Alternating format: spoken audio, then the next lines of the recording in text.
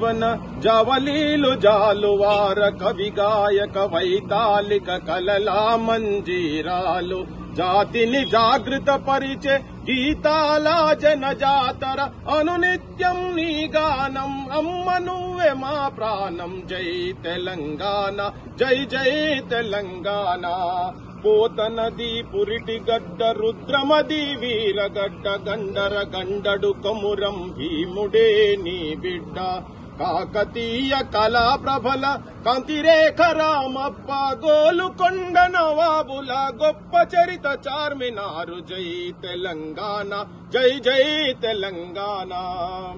ఈ పాట ఏ పల్లెలకు పోయినా ఎక్కడ పోయినా తెలంగాణ ఉద్యమం జరిగిన రోజులు చేతులెత్తి నినదించని చేతులు లేవు, గొంతెత్తి పాడని గొంతులు లేవు. అట్లా తన తెలంగాణ ఈవెన్ విద్యార్థుల లోకంలో కూడా విద్యార్థుల పట్ల విద్యార్థులను కూడా యూనివర్సిటీకి వచ్చి విద్యార్థుల మీద ఉస్మానియా యూనివర్సిటీకి వచ్చి యూనివర్సిటీ విద్యార్థుల మీద పాడిన పాటలు కావచ్చు.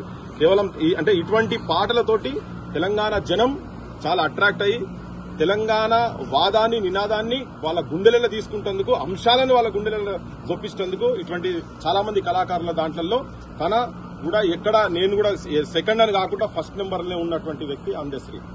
జీవితము పల్లె నీకు వందనాలమ్మా మమ్ముగన్నా పల్లె తల్లి నీకు వందనాలమ్మా నాకు పాట నేర్పి ఆట నేర్పి బతుకు తెరువు పాట నేర్పిన పల్లె నీకు వందనాలమ్మో మమ్ముగన్నా పల్లె తల్లి నీకు వందనాలమ్మా.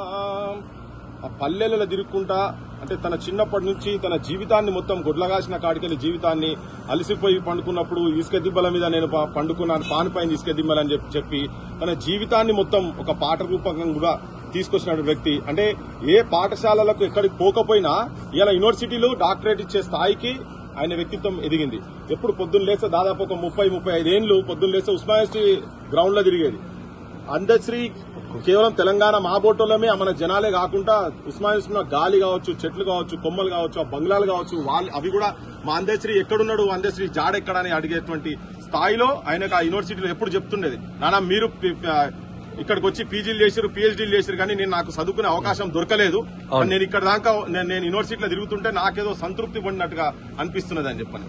సో ఇది ఆ అందశ్రీ జీవితాన్ని కళాకారులతో పాటు సమాజం యువతరం కూడా ఒక ఆదర్శంగా తీసుకోవాలి. తనకేది కూడా ఎక్కడ కూడా చెడాలవాట్లు గింత కూడా లేవు. ఇలా కళాకారులు చాలా మంది తాగుడుకు దీనికి బానిసలు అవుతున్నారు. తనను నిజమైన నివాళి ఏంటంటే కళాకారులు కవులు అటువంటి వాళ్ళు కూడా వ్యసనాలకు అలవాటు పడకుండా సమాజానికి ఒక మార్గ నిర్దేశనం ఇచ్చేటటువంటి వ్యక్తిత్వాలుగా తయారు కావాలి. యువతరం కూడా కేవలం పాటలు ఇనుకుంటా కాదు ఆచరణలో చూపించాల్సిన అవసరం ఉంది. అంటే రాష్ట్ర ప్రభుత్వం దగ్గరుండి అంత్యక్రియలు చేసింది. సో రేవంత్ రెడ్డి గారు దగ్గరుండి పాడమోసే విధంగా అంత్యక్రియలు. సో ఏం చెప్తారండి, ఏమంటారు? ఈ అంశం మీద నేను ఈ రోజు మాట్లాడదలుచుకోలే. నా అభిప్రాయం నేను కొంచెం ఈ రోజు కాకుండా ఇంకో రోజు బరాబర్ చెప్తా. అంటే ఆ పాడ మోసే దాని మీద దేని గురించి మోసిండు, ఎందు గురించి మోసిండు, ఎవరి దగ్గర మార్కులు కొట్టాలని మోసిండా లేదా అనేది కూడా నేను చాలా స్పష్టంగా నేను చెప్తా. కానీ ఇప్పుడు కాదు, ఒక 2 రోజుల తర్వాత ఈ వేదిక మీదకి నేను ఇక్కడ ఈ రోజు నేను చెప్పదలుచుకోలేదు.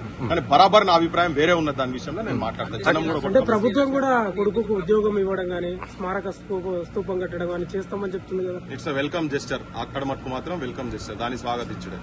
కానీ ఇంకా దాని అంశాల మీద పాడలు మోసిన అంశాల మీద నాకు భిన్న అభిప్రాయాలనే నేను చెప్తా, బరాబర్ చెప్తా. అంటే గత ప్రభుత్వం పట్టించుకోలేదు ఈ కళాకారులని, అందశ్రీ లాంటి వాళ్ళని. సో ఈ ప్రభుత్వం పట్టించుకొని కొంచెం పెద్దపీట వేస్తున్న పరిస్థితి. సో ఏం చెప్తారు? చాలా మంది కళాకారులు ఇంకా బయట ఉన్నారు. అందుకనే నన్ను తోవకి ఇప్పుడే నేను బరాబర్ చెప్తా. కళాకారులు ఎంతెంత మంది ఉన్నారు, ఎంతెంత మంది ఉద్యమకారులు ఉన్నారు. ఈ గవర్నమెంట్ ఎవరెవరిని పట్టించుకున్నది, ఎవరెవరిని పట్టించుకోలేదు. అందశ్రీని కూడా 100% పట్టించుకోవాల్సిందే.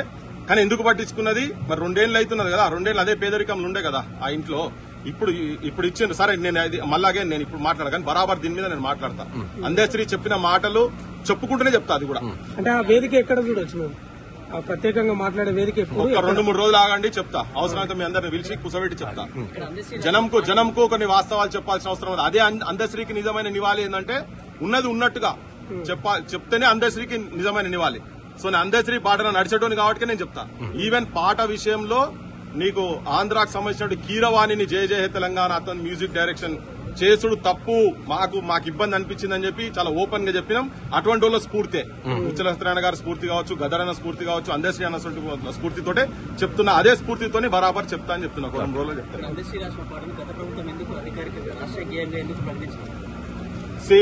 తెలంగాణకు నిజమైన ఉద్యమకారులు, నిజంగా ఉద్యమాలను తిరిగిన వాళ్ళు ఎవరిని కూడా కేసీఆర్ పెద్ద కన్సిడర్ చేయలేదు. ఆయనకి ఎవరెవరైతే జోక్కుంటూ తిరిగినరో వాళ్ళనే చేశారు. అందశ్రీ క్వశ్చన్ చేస్తున్నాడు. అందశ్రీ ఎప్పుడు కూడా ఒక ప్రశ్నగా మిగిలిపోతాడు కాబట్టినే అందశ్రీ చరిత్రను బొందబెట్టాలి. అట్లా చాలా మంది చరిత్రలు బొందబెట్టారు. ఎందుకు ఇప్పుడు పెద్ద పెద్దలు రాసిన పుస్తకాలనే కదా ఇప్పుడు వాళ్ళు గ్రూప్ 1 కు సివిల్స్ కు పెట్టే పుస్తకాలు అంతా అబద్దం, అదంతా ఫార్స్. అంత ఉద్యమ చరిత్రను మొత్తం బొందబెట్టి కేవలం కేసీఆర్ కుటుంబం చుట్టూ తిప్పినటువంటి వాళ్ళనే మెజారిటీగా చేశారు. కొంతమందిని చేస్తే చేయవచ్చు అంతేనే కానీ మెజారిటీగా ఇప్పుడు గదరన్న సొంటోని కూడా ఇంటికాడ కలిసినందుకు పోతే కూడా బయట నిలబెట్టి 3 గంటల ఎండల నిలబెట్టినటువంటి ఘనుడు కదా ఆయన. నెత్తి మీద అహంకారం ఎక్కి కూస్తున్నది కేసీఆర్ కు. అంటే ఇటువంటి వాళ్ళు బయట కనుకొస్తే నిజమైన చరిత్ర బయటకు వస్తుంది కాబట్టి, ఆయనకు అబద్దాల చరిత్ర ఉంటేనే తన చరిత్ర ఉంటది కాబట్టి నిజమైన చరిత్రను తొక్కిపెట్టే ప్రయత్నం ఆయన చేశారు. తెలంగాణ ఉద్యమకారులు కావచ్చు, కళాకారులు కావచ్చు, వీళ్ళంతా చనిపోయిన తర్వాత ఇంకా గౌరవించారు. బతుకుండా ఎందుకు పట్టించుకోలేకపోతున్నారు ప్రభుత్వాలు కావచ్చు? అదే ఒక 3 రోజుల తర్వాత చెప్తాను కదా. ఇప్పుడు మాట్లాడినప్పుడు ఈ గవర్నమెంట్ మీద కూడా చెప్పాల్సి ఉంటది.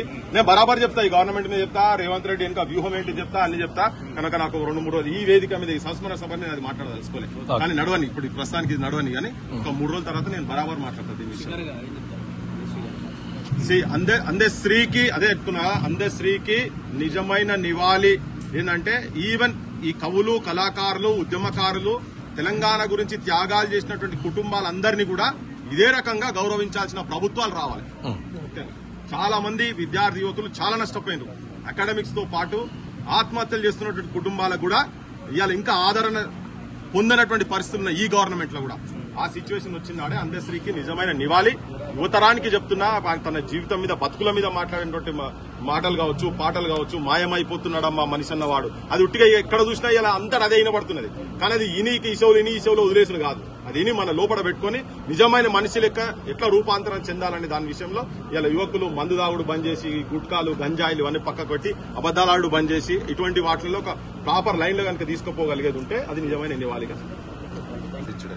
కానీ ఇంకా దాని అంశాల మీద, పాడలు మోసిన అంశాల మీద నాకు భిన్న అభిప్రాయాలని నేను చెప్తా, బరాబర్ చెప్తాను. అంటే గత ప్రభుత్వం పట్టించుకోలేదు ఈ కళాకారులని, అందశ్రీ లాంటి వాళ్ళని. సో ఈ ప్రభుత్వం పట్టించుకొని కొంచెం పెద్దపీట వేస్తున్న పరిస్థితి. సో ఏం చెప్తారు? చాలా మంది కళాకారులు ఇంకా బయట ఉన్నారు. అందుకనే నేను నన్ను తోవకి ఇప్పుడే నేను బరాబర్ చెప్తా. కళాకారులు ఎంతెంత మంది ఉన్నారు, ఎంతెంత మంది ఉద్యమకారులు ఉన్నారు. ఈ గవర్నమెంట్ ఎవరెవరిని పట్టించుకున్నది, ఎవరెవరిని పట్టించుకోలేదు. అందశ్రీని కూడా 100% పట్టించుకోవాల్సిందే. కానీ ఎందుకు పట్టించుకున్నది? మరి 2 ఏళ్ళు అవుతున్నది కదా. 2 ఏళ్ళు అదే పేదరికంలో ఉండే కదా ఆ ఇంట్లో. ఇప్పుడు ఇచ్చిండ్రు. సరే, నేను మళ్ళాగే నేను ఇప్పుడు మాట్లాడగాను, బరాబర్ దీని మీద నేను మాట్లాడతా.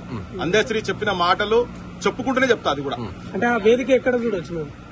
ప్రత్యేకంగా మాట్లాడే వేదిక ఒక 2-3 రోజులు ఆగండి, చెప్తా. అవసరమైతే మీ అందరిని పిలిచి కూర్చోబెట్టి చెప్తా.